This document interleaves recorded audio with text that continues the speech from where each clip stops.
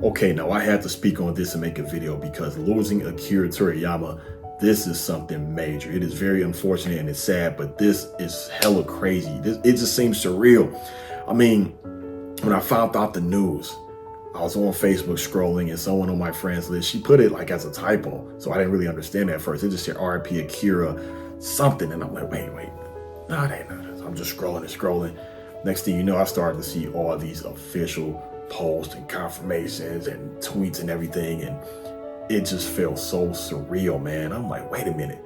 It can't be. So I let my cousin know because my cousin, he's a real big Dragon Ball fan. And I know to a lot of people around the world, they hold Dragon Ball and Dragon Ball Z. Just Akira Toriyama, everything that he's ever done, they just hold it near and dear to their heart because Dragon Ball has motivated and inspired so many people either to get in shape, not give up.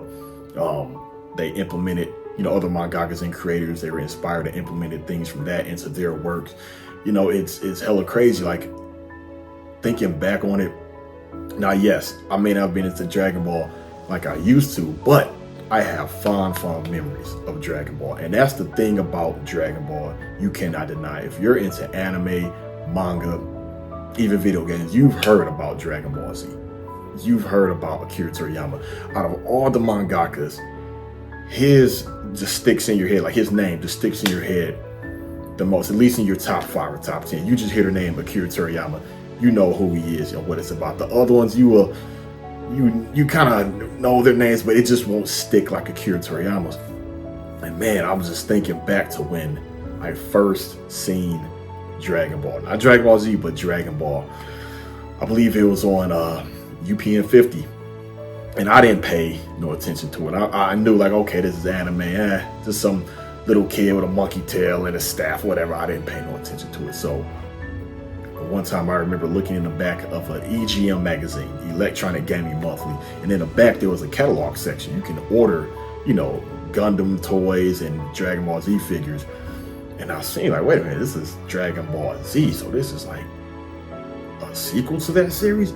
And this whole time I still didn't piece together that, this Goku figure, this is actually the grown version of that character. I didn't piece that together. I just seen all these characters with this spiky yellow hair. And I'm thinking like, are they all the same? Are they related? What's going on? I was just confused, but I knew it was of Dragon Ball, and I just never paid attention to it like that until Dragon Ball Z came over to the States on Channel 50 again, UPN. And I remember watching it, man. I was blown away.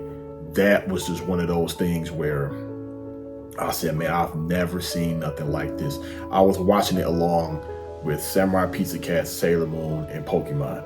Now, of course, Dragon Ball wasn't the first anime I've ever seen or got into, but that was the first of its kind. I'm like, damn, the first of its kind that I've seen. Because,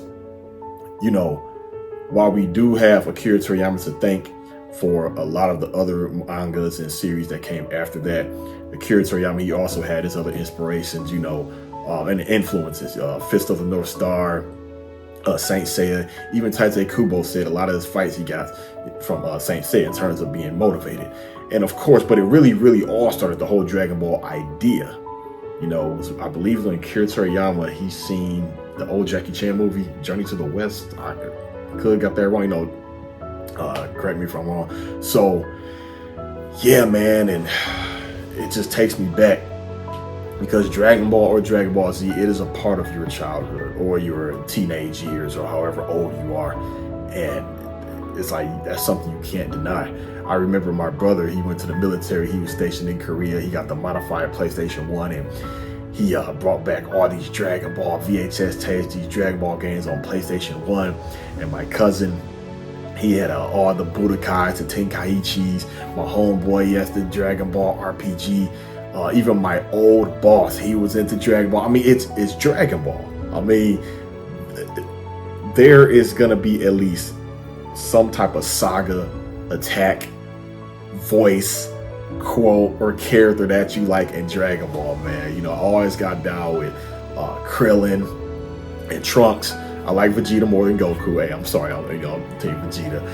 And, the classic over 9,000, but it's just, who doesn't know Dragon Ball, man? And with Akira Toriyama, he's just not known for Dragon Ball. He's heavily known for that, but his art style, you will see it all over. You will see it in Blue Dragon, Chrono Trigger, Dragon Quest. Dragon Quest is very popular in Japan, and he has so many other works that he's done before Dragon Ball and during Dragon Ball. And you can really tell Akira Toriyama, he loves his characters, man. As many times as they come back, he loves his characters. And I get it. I remember Taisei Kubo, he said in an interview that it's hard to kill off his characters because to him, he feel like those are his kids. I mean, these characters come from their imagination. They have to think of the personalities, their, downfalls, their uprising, things like that. So I remember looking into the whole cause behind Akira Toriyama's death, and I think it was a blood clot in the brain. I think the blood clot was forming between the top layer of his brain and in between his skull. I believe there's a medical term for it. I can't remember the name of it, but man, it's just crazy because I was looking at the symptoms and the causes. One of the causes I've seen is like trauma to the head. I don't know if he fell. I doubt someone assaulted Akira Toriyama. So I don't know if he hit his head or if he fell down. I don't know. But moving forward, the symptoms, dizziness, slurred speech, memory fog, things like that. And a lot of people, they keep things private, especially maybe actors, actresses, people in all types of industry, mangakas. I guess they don't want to worry the fans, because one of the biggest concerns with mangakas or people that work in Japan in general, they are overworked. They push themselves too hard, or they're forced to be pushed too hard, and it causes them illness, and stress and everything. So, man, I think Akira Toriyama, maybe he was experiencing these symptoms, but he just didn't want to worry his fans. He kept it to himself, similar to Chadwick Boseman, and it's just crazy to me, man, that he is actually gone. Now, of course, this is the first time where a mangaka or a director will pass away, and someone else will have to, take over the work. And that does two things. That brings pressure to the person taking over, or it brings worry to the fan base, because the ones taking over, they're like, we have to fill in some legendary, iconic, shoes. And the fan base is like, please do not mess this up. It's a chance they can make it better, they can make it worse, or they can keep it good as is. But chances are they're not gonna, stray too far away from what it really is, in honor and respect to Akira Toriyama. And where Akira Toriyama really holds a special place in my heart to me is because without Akira Toriyama, we would not have the Bleach that we know and love today. That is a fact. Correct me if I'm wrong, but I'm thinking the data book I have, you can actually read the pilot of Bleach, and good God, was it very different. Rukia can shrink down to little tiny sized fairy type version of herself, and she was sitting in a mug in Ichigo's room, and she had this little wine she could stick Ichigo. It was very different. The whole soul pass ticket thing to go to Soul Society. And yes, he kind of kept that same idea, how Shunsuke offered those passes to Ichigo's friends. But anyway, he submitted that to Shonen Jump, and Shonen Jump was basically telling him, nah, this ain't it. It's too similar to Yu Yu Hakusho, etc., etc. This isn't gonna work. And Kubo, he just got discouraged, let down, and he received a letter from Akira Toriyama, basically saying, hey, I liked it. Don't give up. Tweak this, change this, submit it again, keep going. You have something great here. And bam, here we are. So because of Akira Toriyama, we have Bleach. And that is why he is known for just the reasons for everything. Well, not everything, but a lot of things moving forward after Dragon Ball. I mean, to my knowledge, Oda was influenced by Akira Toriyama. Kishimoto, he was influenced by Akira Toriyama. Just so many things, man. I mean, Dragon Ball, the references, it's in rap songs, even on Monster Hunter games, just shirts, the classic things. I'm just saying, and as a picture, a logo of a Dragon Ball, of a Goku and Vegeta. It's crazy.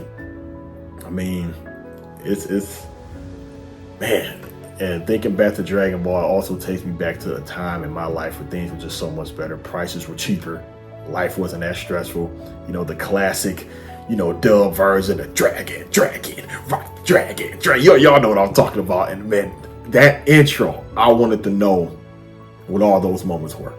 I was thinking like, damn, who are those two dudes with the swords trying to hack off Goku's head? Like, oh, he did the flips and then he fell on the ice. But you know, my cousin, he started showing me the movies, Tree of Might, World's Strongest. Then, of course, I remember seeing GT, but you know, we all know about GT. And then Broly, Cell, Frieza, King Cold, Raditz, Nappa, Yamcha, Chi-Chi, Master Roshi, Bulma, King Kai, Snake Way. You know, it's just so many iconic characters you cannot forget about. Whether if you like Dragon Ball or not, whether if you don't watch it anymore like me or not, you know Dragon Ball and you know Akira Toriyama. So all this is going to do, this is just going to make the Dragon Ball legacy go on even further. And you know, like they say, the legend will never die. So it's unfortunate he's no longer here with us, but hey, he put down a hell of a mighty stamp and staple around the whole world. So you will be missed and you won't be forgotten. Rest in peace, Akira Toriyama.